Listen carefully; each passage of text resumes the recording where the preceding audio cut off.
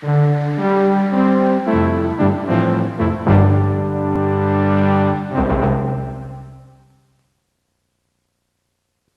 better understand our world, ourselves, and our future, this program is made possible by the people of Chevron. Chevron, giving thought to television.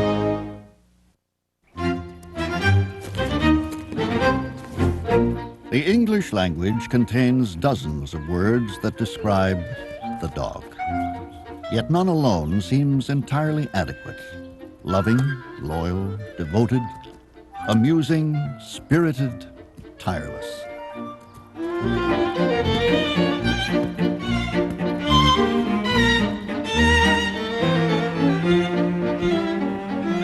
How they enchant us, delight us, brighten our days.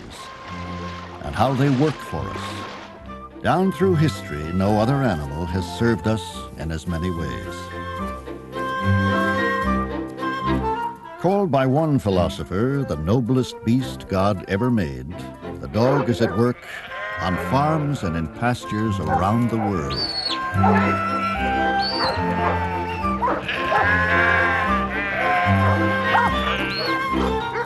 Across the forbidding reaches of the frozen north.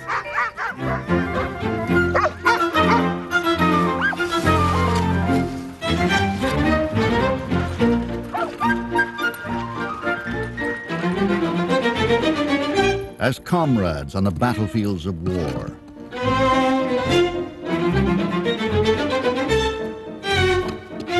Seeking even the faintest scent of a buried victim of disaster.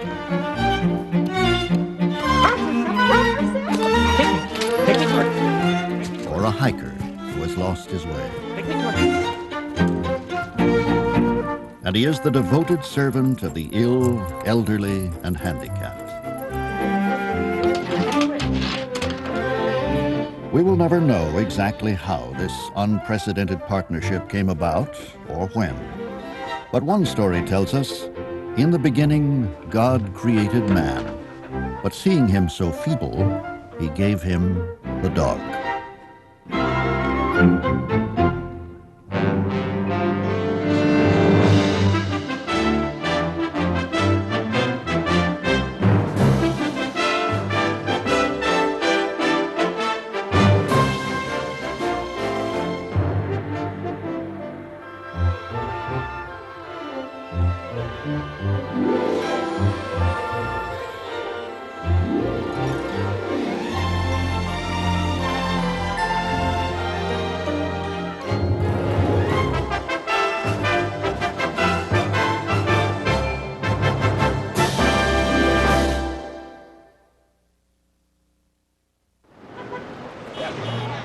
Every year since 1877, a stylized ritual has been repeated in Manhattan. The Westminster Kennel Club Dog Show, the World Series of Dogdom.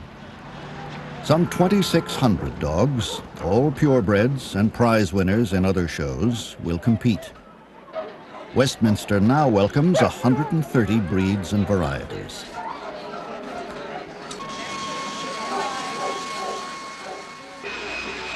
There are 52 million dogs in the United States. While some romp in the yard or sleep by the fire, others are being carefully primped and primed to take home ribbons.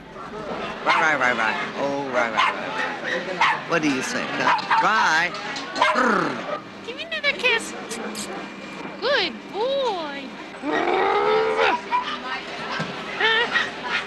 You're a sweetheart, aren't you? That's $50. That's a show special. Normally $79.95. Oh, you know what I just saw down there? A charm holder with a Doberman head on it. It's a low sodium diet for your dog. It's an all-natural diet with no added preservatives, colors, or flavoring. Boy, that'd be great. Okay? Try that out on him, and if you live in Manhattan, there's a store that delivers for you right on the bag.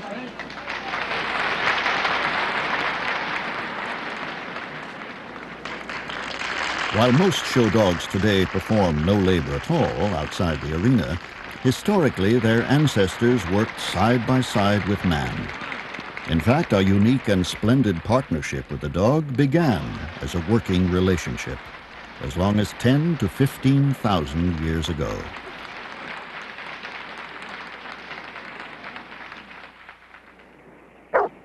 Over the centuries, many of their jobs became obsolete. One that has continued is tending sheep. In New Zealand, sheep outnumber people 20 to 1, and a saying goes, no dog, no shepherd. No shepherd, no sheep, no wool or meat. With dogs at their side, New Zealand farmers now rank second in wool exports and are near the top in meat products. Some of New Zealand's backcountry is so remote it is only accessible by helicopter. The dogs may not like the ride, but where the shepherd goes, so goes his devoted dog.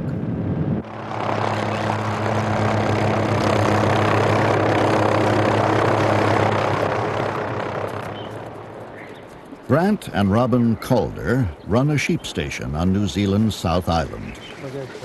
Grant is a champion breeder and trainer of sheepdogs in the tradition of his father and grandfather before him. Much of New Zealand is mountainous country, suitable only for grazing. Without the sheepdog, this would be wasteland. Working their 13,000-acre property with no additional hands, the husband and wife team herds 7,500 sheep. It's a fairly unusual partnership that husband and wife work a farm like this together, but thanks to the dogs we can manage to do it. Without them we just couldn't do it.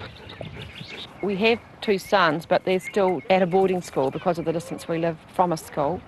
And so Grant and I are here mainly on our own for most of the year, and all we really have to help us is our dogs.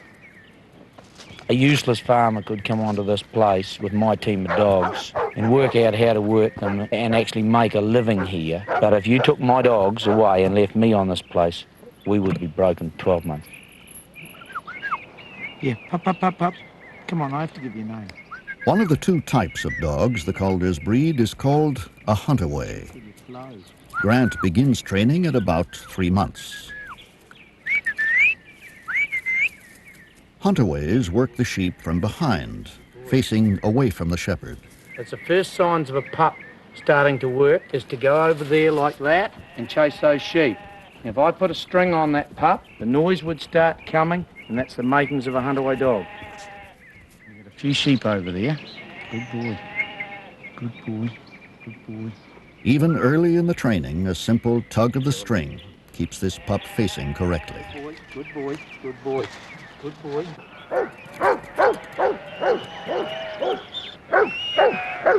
This 6-month-old pup is learning not only when to bark, but when to stop, once the sheep obey him or the shepherd commands him. Will I go, Danny? Will I go, Danny? Come here. Good boy. That's good. Good boy. Oh, you love it, don't you? The second type, working the Calder sheep, is called a heading dog. They virtually never bark, but control the sheep entirely with their eyes. She tries to mesmerize them. She can introduce herself quietly, looking straight into the sheep's eyes.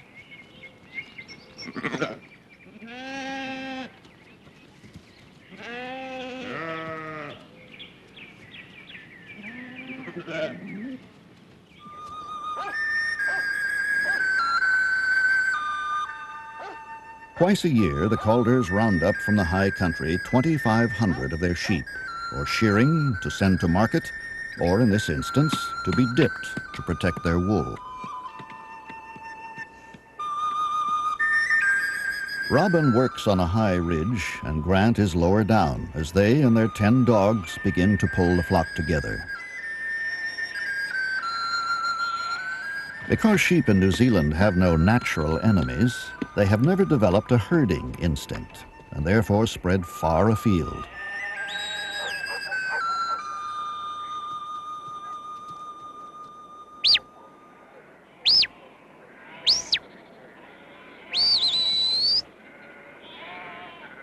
The dogs are tireless and would literally work until they drop. It's not unusual in the course of a day for them to cover up to 50 miles. Over the years, man has channeled the dog's ancient hunting instincts into herding and driving behavior. The shepherds command the dogs with words or by whistling. They're just basic commands. A run command. You want him to run slowly, you can vary it. Left hand.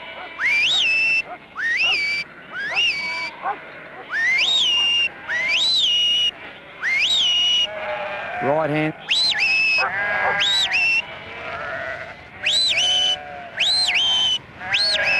Stop. When he's finished the job, you've got two commands to call him off. One's will I go and the other one is will I go.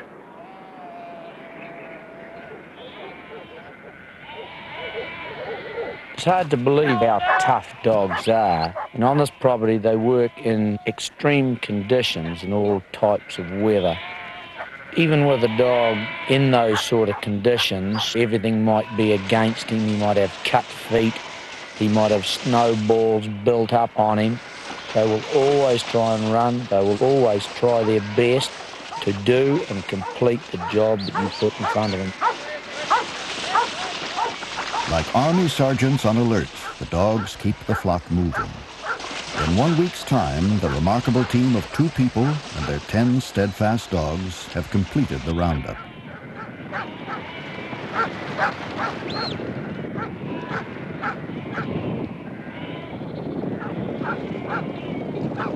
Dog's work's never done, and when he finishes on the hill, he comes into the real hard work of slogging in the hot yards.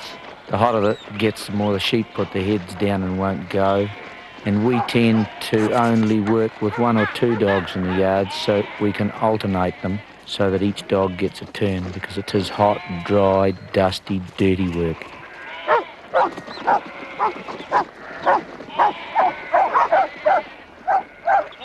Because of the intense heat, the tired sheep often don't want to move, creating traffic jams in the tight confines of the pen. To find the offenders, the dogs simply make a sidewalk out of the backs of the sheep.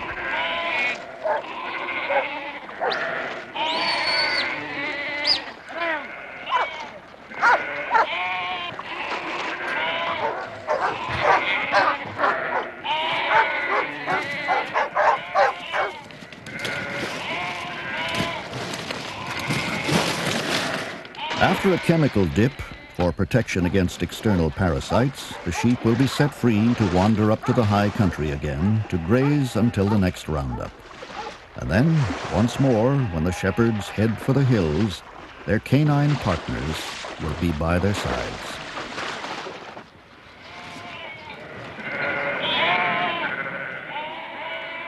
For us to spend a day on the hill, horse and dogs, the companionship and love and hard work that they give to us, you could never receive from any other animal in the world. Today, forward-looking New Zealand farmers are raising an unlikely animal, deer. The antlers are used in Oriental medicine, and the market for venison continues to increase worldwide. Deer are more aggressive than sheep and harder to control. But the shepherd finds it no surprise that the versatile dogs easily meet the challenge. The New Zealand farmer and his dog have become a world-famous partnership. Today, more than 200,000 such dogs are on the job across the country. Probably the most photographed is this one, a public tribute to the dogs that help keep the economy so vital and alive.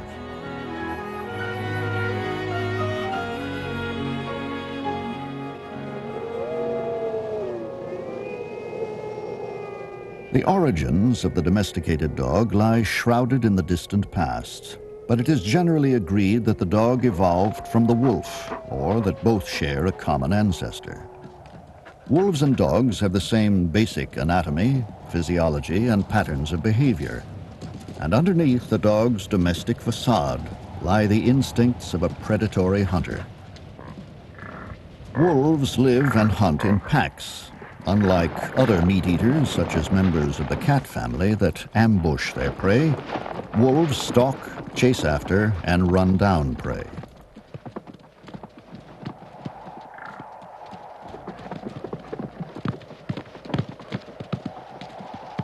However, as the wolf quickly learns, even with the cooperation of the pack, he is no match for an animal as large as a bison. The mainstay of the wolf's diet are animals the size of deer, small moose, or elk. Pack behavior is strictly regulated by a dominance hierarchy understood by all members. In the dog, pack loyalty is basically unaltered, even after thousands of years of domestication. The main difference is the dog looks to man as leader of the pack. Modern-day scientists have pondered why early man, himself a flesh-eating hunter, would have turned competitors like wolves or wild dogs into allies. Animal behaviorist Dr. Michael Fox, one of the world's leading experts on wolves and dogs, has one explanation for how the partnership may have begun. Well, I feel that dogs and humans came together because of their similarity in lifestyles, to the degree that we hunted in small packs, we were gatherer hunters, and the dog-wolf ancestor was like that too. And it's quite probable that the early hunting societies found that dogs were pretty good allies if they were properly socialized to help locate and even ambush prey.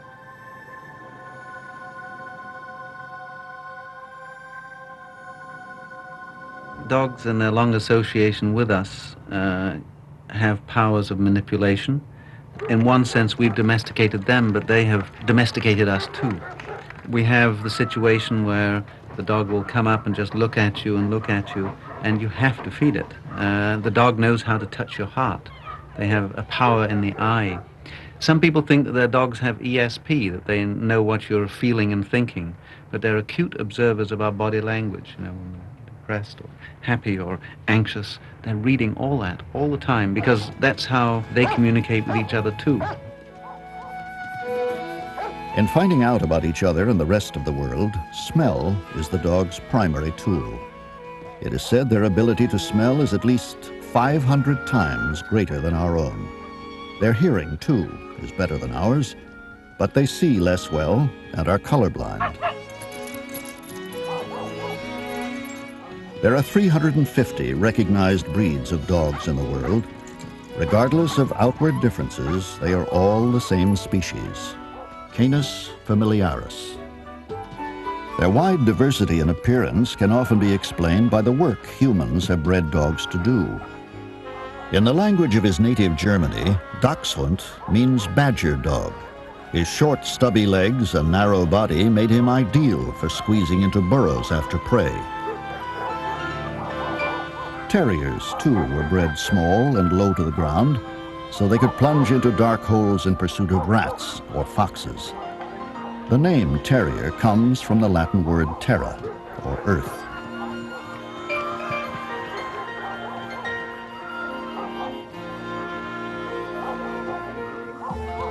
Whippets and greyhounds are long-legged and sleek because they were bred for hunting and racing.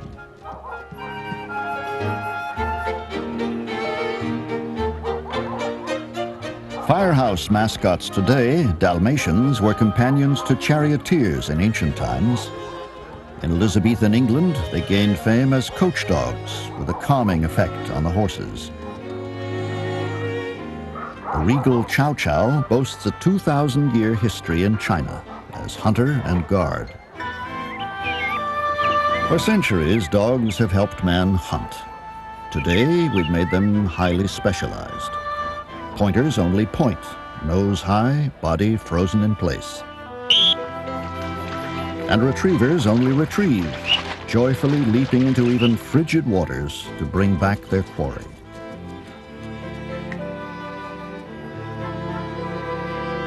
From predatory wild animals we have created, regardless of breed, the most adaptable and sociable of all domesticated animals.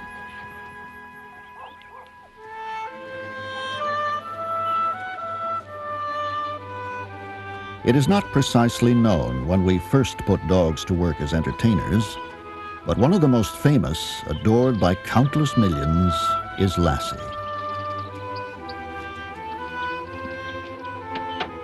Bob Weatherwax, son of the original Lassie trainer, is now preparing the 7th generation Lassie for an upcoming television series.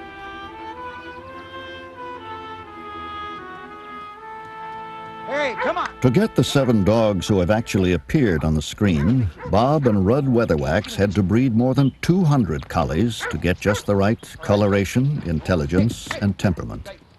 On screen, the Lassie character has always been a female, but in reality, all Lassies have been male collies, because males tend to have a more luxuriant coat and greater stamina. The Lassie legend began in the 1940s with a dog named Pal. Originally, Lassie MGM hired their own collie to do Lassie, and it was a female dog, which is what Eric Knight wrote the story around because it had to have puppies.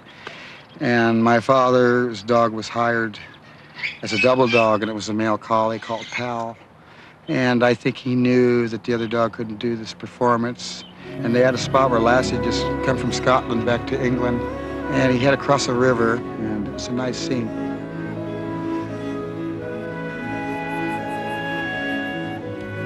The genius of Rudd Weatherwax came through in this scene, in which he taught Lassie to look naturally exhausted, as if it weren't a trick at all.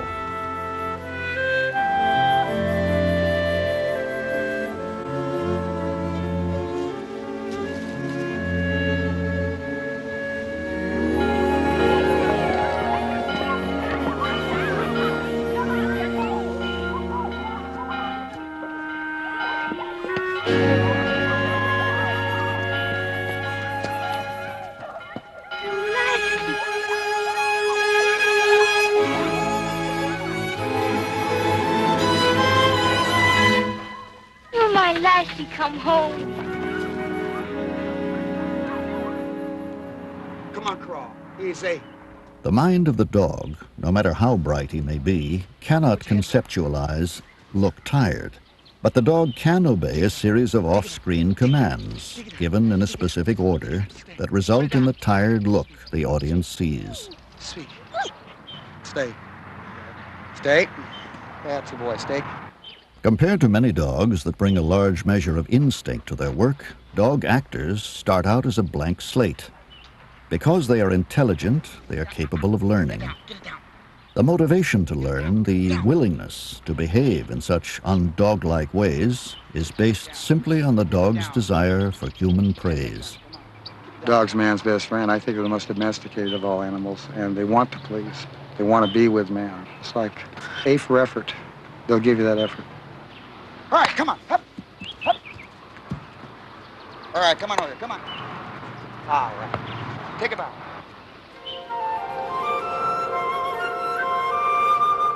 The Earth's ice-locked polar regions could never have been explored without dogs.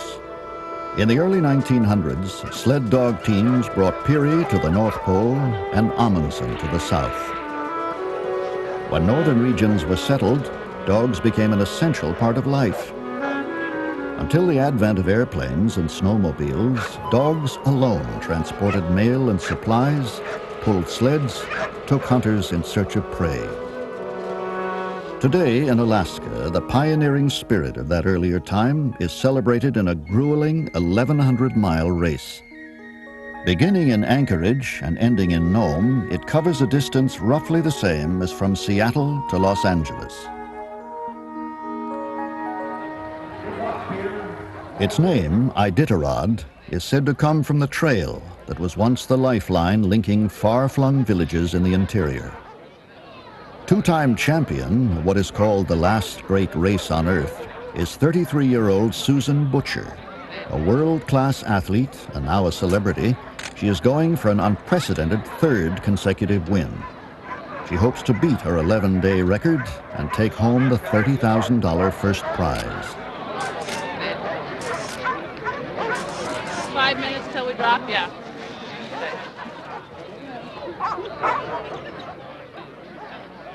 I've been racing in the Iditarod for 10 years now, and I think over all the years, I've been basically in the top 10, and I think that all comes from my training ability with the dogs, and the time that I spend with them, and the conditioning that I put on them. And then the rest has to be up to the dogs. I've got good dogs, and I've bred them and raised them purely for long-distance racing.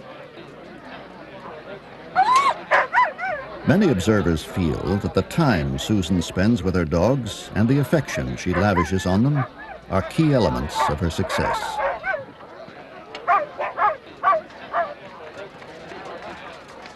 As they approach the starting line, Susan's team will be the 9th to take off. 53 teams will leave at 2-minute intervals. 10, 9, 8, 7, 6, 5, 4, 3, 2, 1, go.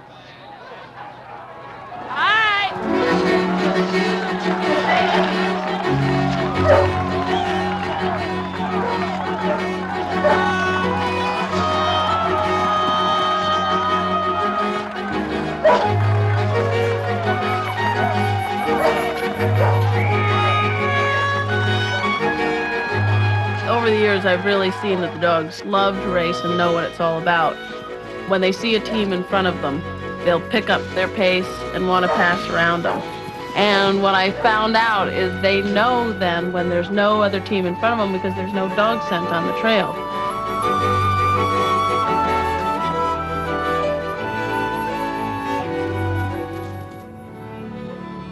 In 1975, when she moved to America's last frontier, the adventuresome 20-year-old first lived in a tent, then single-handedly built a log cabin. She was 30 miles from her nearest neighbors, 50 miles from the nearest road. She started out with only 3 dogs, and today has a breeding kennel with 130. Susan raises only Alaskan Huskies, a line bred from Eskimo and Indian dogs. Well, I changed the teams around today, David. Susan runs Trail Breaker Kennel with her husband, David Munson, himself a champion racer. I was born in Cambridge, Massachusetts, but I've always felt I was born in the wrong century and in the wrong place. And so I kept moving north and west. And I've always loved animals, and they've been the most important thing in my life. And so I was looking to incorporate living in the wilderness and working with dogs, and I found the perfect thing. Where's your babies? Who are they? Hey, you guys? Hey, In the early days of sled dog racing, breeding was often a haphazard matter. But Susan Butcher knows that good racing dogs don't just happen without careful planning. Every summer, I raise a number of puppies, between 50 and 100 pups. And I'll pick out 2 of my best dogs. Usually if I have a very fast dog, but maybe it doesn't have a good enough coat, I'll breed it to one with a good coat. But the most important thing is that they have bred into them the desire to pull and the desire to travel.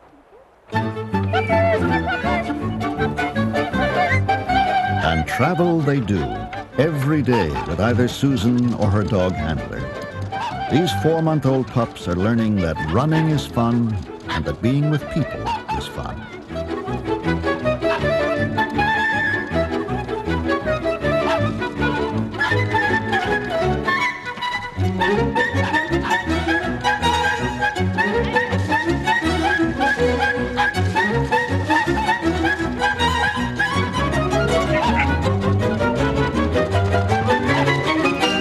There's a lot of mushers that don't really like to make their dogs into pet dogs and feel that they have to keep them very separated and make them a working animal only.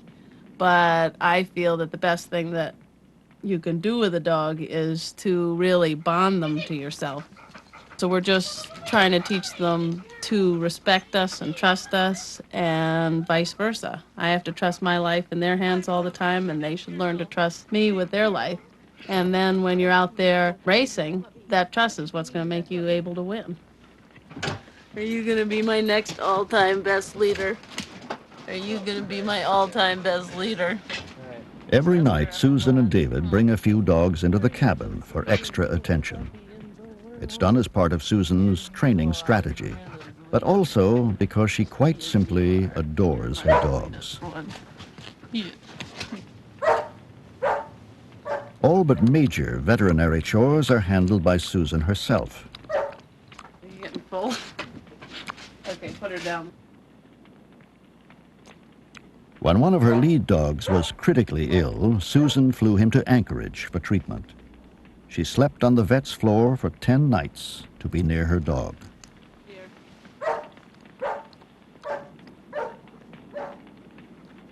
Every fall is a really exciting time for me and for the dogs. As the temperatures get colder, we just develop a certain excitement towards winter. When it starts to get cold, the dogs just start making a lot of noise, running around their chains. They're just antsy. They want to get going. They just show me in many ways that they're ready to roll, ready for the racing season. All the adult dogs are run 3 to 4 times a week throughout the year. As with all athletes, conditioning is vital to their performance.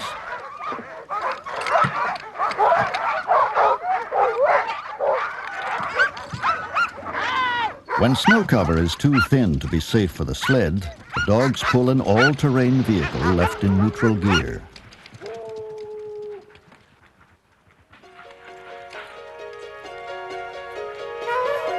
To some 200 miles of trails, Susan adds new ones each year to keep the dogs from getting bored.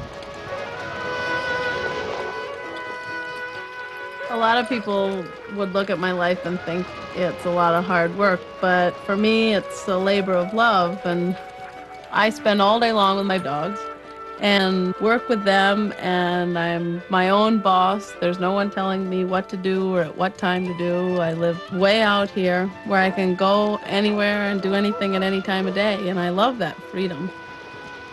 The best things for long-distance racing dogs are fast trotting speed, and then they have to have good feet, and then you just want them to have a good attitude. Their heads are bent and they're just going for it, and they're paying attention to you and you're paying attention to them, and you just are working as a team.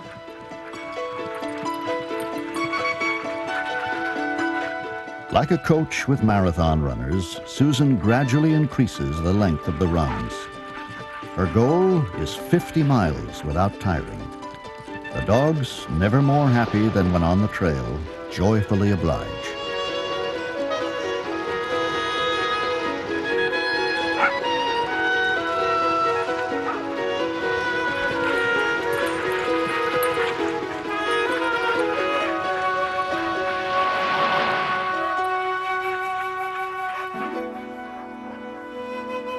"12 to 16 hours a day, the routine seldom varies.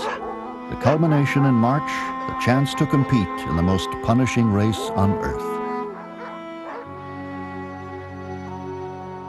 The mushers, as sled dog drivers are called, brave temperatures that can drop to 40 below. Except for one mandatory 24-hour rest stop, they may sleep only an hour or so each day, and only after the dogs are tended and fed. The route can be potentially treacherous at every turn. In 1985, a moose attacked Susan's dogs, forcing her out of the race.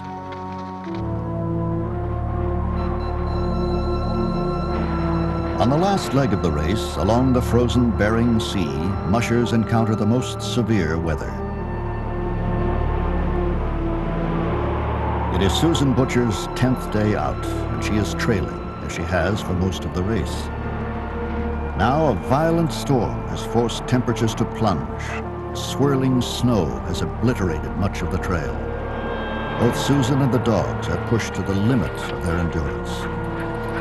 The storm has thwarted her nearest competitors, who have stopped to wait it out.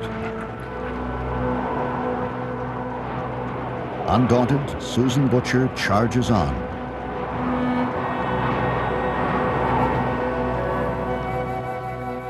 In Nome, expectant crowds gather.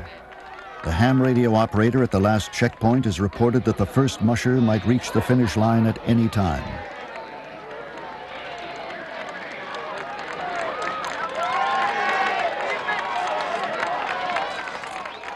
In 11 days, 11 hours, and 42 minutes, a jubilant but exhausted Susan Butcher becomes the first person ever to win the Iditarod 3 consecutive times.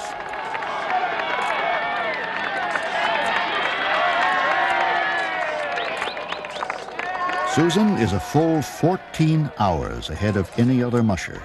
Some will not cross the finish line for several more days. Amazingly, Susan could have made even better time than she did if she had wanted. But she put the safety and well-being of the dogs above all else. It was a matter of either go for a record competing against only father time and no other musher, and possibly take more out of the team than I like to, or just to take good care of the team and be well satisfied with a victory. And I thought that that sounded a lot safer.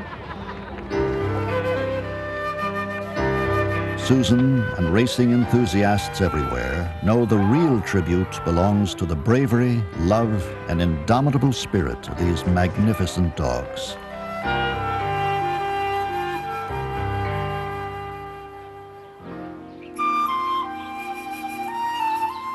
On an ordinary street in an ordinary California town, a drama anything but ordinary is quietly unfolding. 17-year-old Mike Knowlton was born with spina bifida, a disabling birth defect of the spine that occurs in 1 to 2 out of every 1,000 babies born in the United States. Good girl. Good girl. Yes, yes. Are you ready for more, Mike? Mike must be cared for by his parents, Joy and Dale Knowlton, or he is totally paralyzed from the chest down. Mike walked on his own for many years. Then, without warning, his condition worsened. The last time he was walking was right about here. And at that point in time, he had to have support from one of us to move his legs. When we were told he was paralyzed and a wheelchair was going to be with him the rest of his life, Michael went into a depression for about 2 years. It was very hard for him to adjust. Now a dog has come into Mike's life, and the depression has lifted. Her name is Zest. Zest has made a major change. If I didn't have her, I don't know what I would do. She just really helps me a lot. A unique organization called Canine Companions for Independence, or CCI, brought Mike and Zest together. Using dogs to guide the blind is a well-known success story. CCI pioneered the idea that dogs could also help the wheelchair-bound. During an intensive 2-week training program, students master 89 commands. Good girl. No, don't touch, Ziggy. For their safety, as well as the dogs and the public's, they must gain total control over the animal's actions. CCI instructors have spent 6 months training the dogs. All right. Good boy. Get him happy, everybody. One of the most important jobs is retrieving. Look, pet it, bring it here. Good. Keys are especially difficult because of their uneven edges, and dogs dislike the taste of metal. All right. Good boy. Because they will be going home to very diverse environments, the teams are put into as many real-life situations as possible during the 2-week course. Today, on a college campus, the dogs encounter some other dogs that at first they think are real.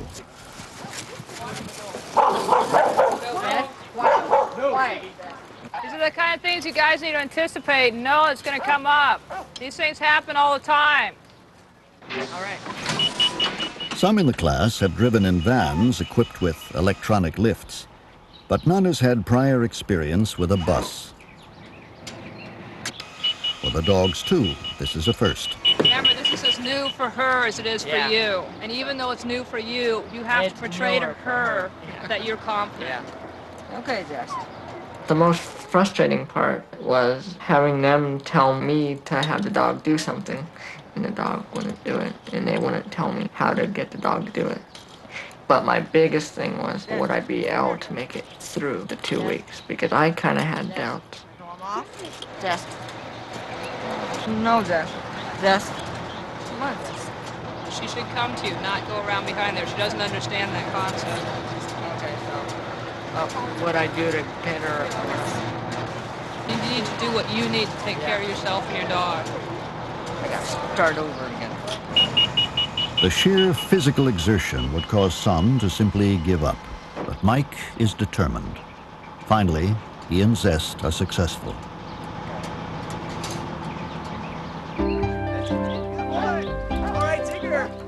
Even for those with the use of their arms, fatigue is a major factor that often keeps them housebound.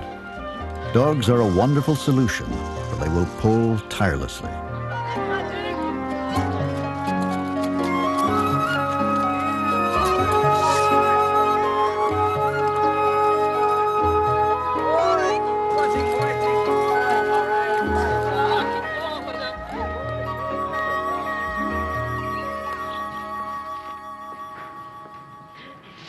At the end of the 2 weeks, the last hurdle is the final exam.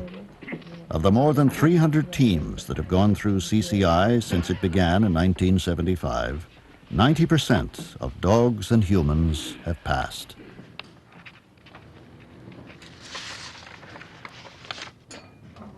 We'd like to give them a chance to wrap it up. In this group, everyone has succeeded, and they gather to celebrate. Training a dog is a lot more, there's a lot more going into it than I thought. But the last 2 weeks I've learned a lot, and it was fun, but I wouldn't want to do it again.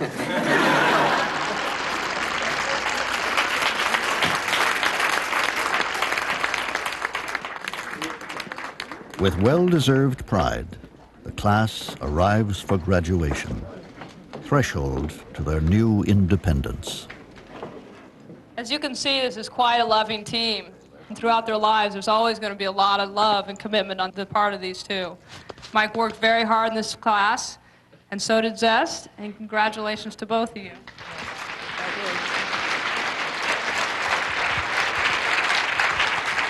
Ladies and gentlemen, Mike and Ziggy. The diplomas, appropriately, are inscribed with both names, student and dog alike. Mike and Zest.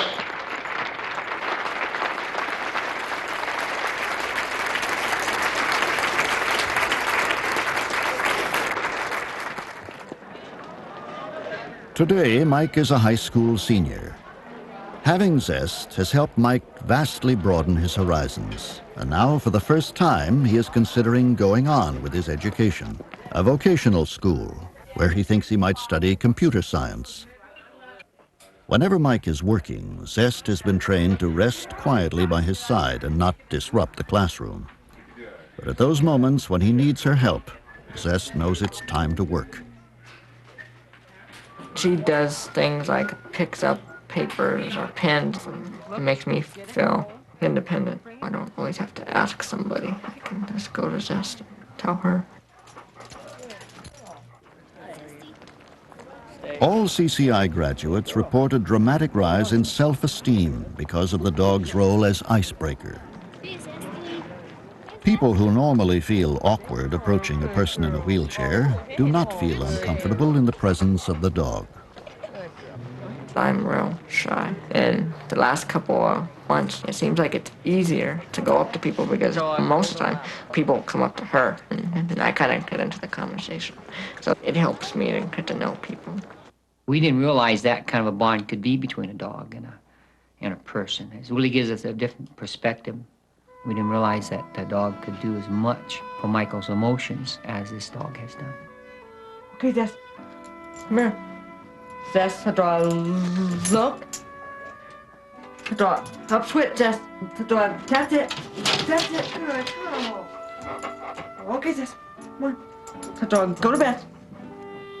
A boy needing help and a loving canine at his side.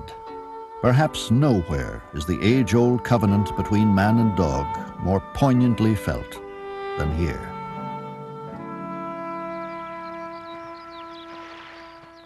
In Northern California, one man remembers a partnership with dogs that many people have never even heard of. For the 13 months he served in Europe during World War II, Joe Simpson fought alongside a dog. They were one of the earliest teams in what was known as the Canine Corps. In 1942, the Canine Corps was formed by a group of civilians from the New England Dog Training Club. And Dogs for Defense was formed at the same time, and they picked 14 GIs out of 5,000 volunteers. And fortunately, I was one of the 14 picked, not because I knew anything about dogs necessarily, but because I was in the horse business. And this is how I got started in the Canine Corps. Patriotic families everywhere across America volunteered their dogs to help the war effort. Rovers, Spots, and Fidos of all descriptions were sent off to an uncertain future in the Army, Marines, or Coast Guard. Like their human counterparts, all dogs were examined for fitness. Any new man that came in got a new dog. And they taught us to make the dogs heel and sit and down and stay and all the obedience commands. And these dogs then went through the training with the master. And then when that was through, certain ones that were fit for attack training, if they had enough aggressiveness in them, were put into attack classes. And the dogs that were better for messenger work were trained for that. Some dogs were trained for pack dogs. So it was quite a course.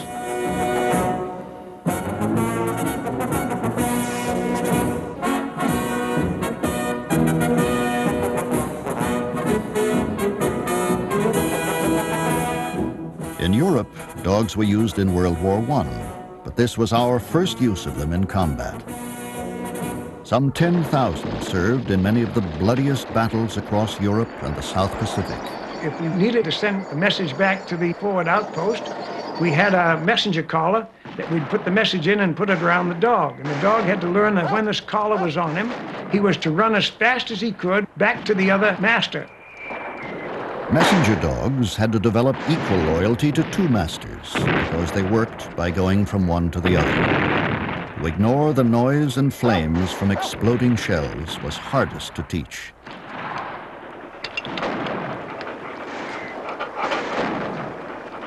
The dogs didn't have to reach up and tap us on the shoulder to tell us there was some Germans over there.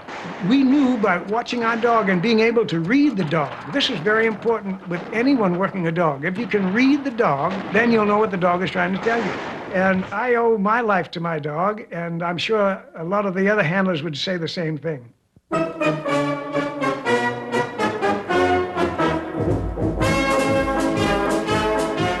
Joe Simpson was one of many who brought their dogs home after the war. Intensive demilitarization programs retrained the animals before they were allowed to return to civilian life as the gentle and loving pets they had originally been.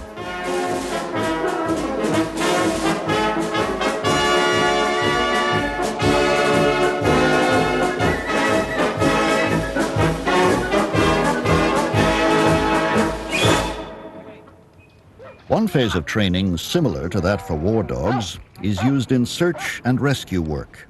More than 70 such groups now exist across the United States.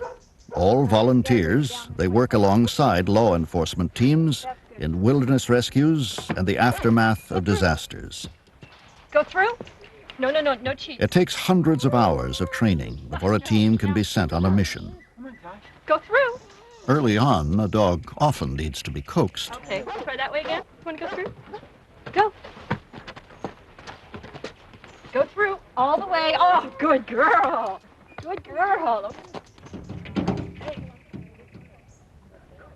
What handlers look for is not the breed itself, many breeds are used, but qualities like intelligence, curiosity, and self-confidence. The dogs must be taught agility so they can safely negotiate boulders and other obstacles in the woods, as well as piles of disaster rubble. Shirley Hammond is both a handler and a trainer. What we do is we start the dogs out very young if we can, although we can start older dogs, teaching them on an agility course.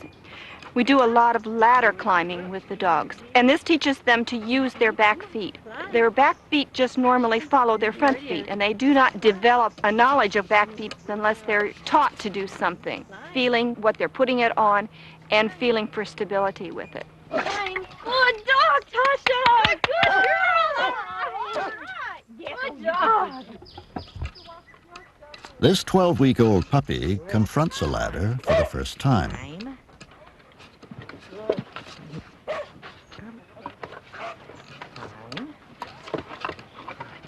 Line puppy.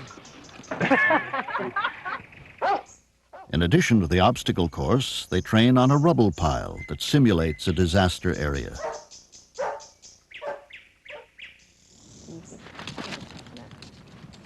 The uniform and helmet signal to Shirley's dog, Cinnamon, that now they are working.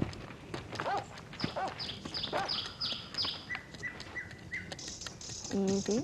Trained not to follow her instincts to jump off the unstable boards, Cinnamon zigzags across the rubble in what is known as air scenting, trying to pick up the victim's scent on the air currents. She has been trained to cover the entire area thoroughly.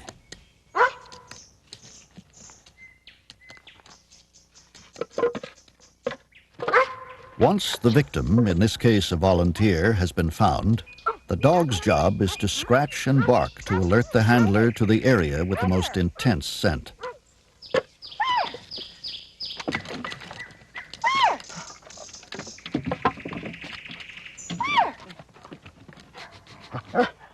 We put that one back. Is he there?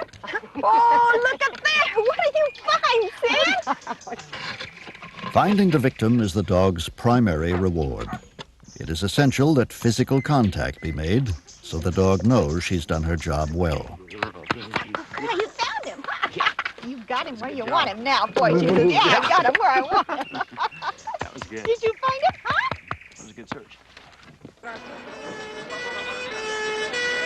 In 1985, Shirley and Cinnamon were one of 13 U.S. search dog teams that made a vital contribution in a real-life disaster, the devastating earthquake that racked Mexico City. The soft subsoils underlying the city and inadequate building codes were blamed when hundreds of buildings collapsed. Thousands were injured, thousands more left homeless. As many as 10,000 died. It was really hard to believe because there were buildings standing with glass and beautiful structures that were just pancaked to the floor. This is the building that was 11, 12, 14 stories. Suddenly it's down to 10, 20, 30 feet high because some of them actually sank down into their basements. They went that far down. In you go. 12 hours a day for a week, the team searched through the twisted rubble. Hundreds of people surely lay trapped, but where? And could the dogs find any of them in time? Stay. They'd cock their head and listen with their ears as if maybe they might even be able to hear the victims after they would bark, as if they were kind of calling to them by their barking. And the other side of that coin, of course, is when they did locate someone buried under the rubble that was gone, deceased. It was a very low-key reaction, just a little pawing and a little whining. Amazingly, even at week's end, victims were found still clinging to life.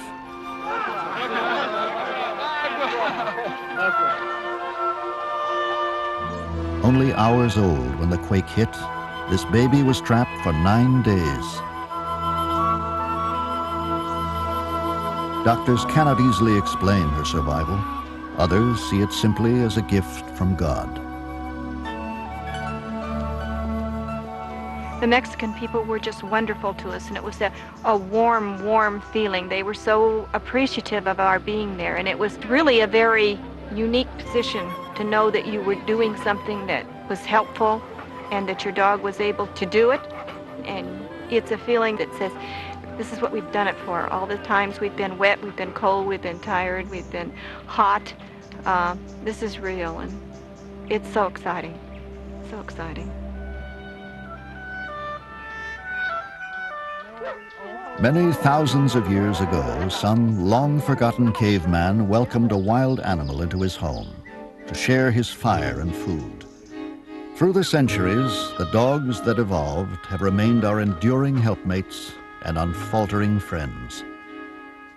Our own success as a species is due in no small measure to the fact that a canine partner has been by our side.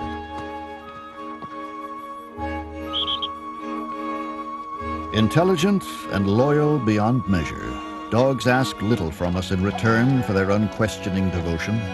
In fact, most dogs do not see work as work, but thrive on serving us, simply for the praise of a job well done.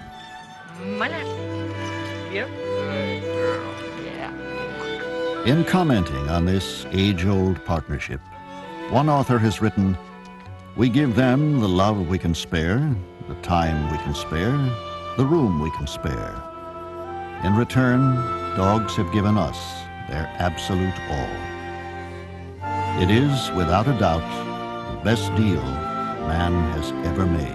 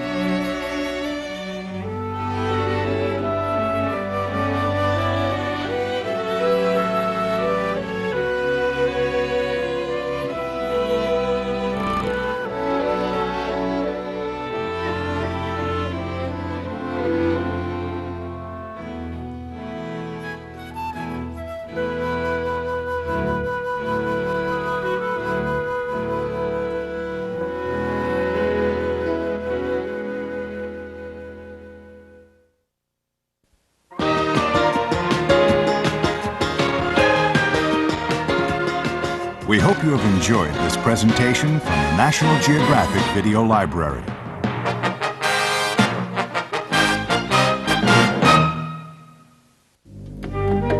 In the Amazon, there is a forest, deep, green, alive. There is a river, cool, bright, relentless. And there is a time when these two worlds become one, when fish fly through the air, and bright faces peer out of the trees. Travel with National Geographic to a magical realm shaped by a mighty river. Amazon, land of the flooded forest.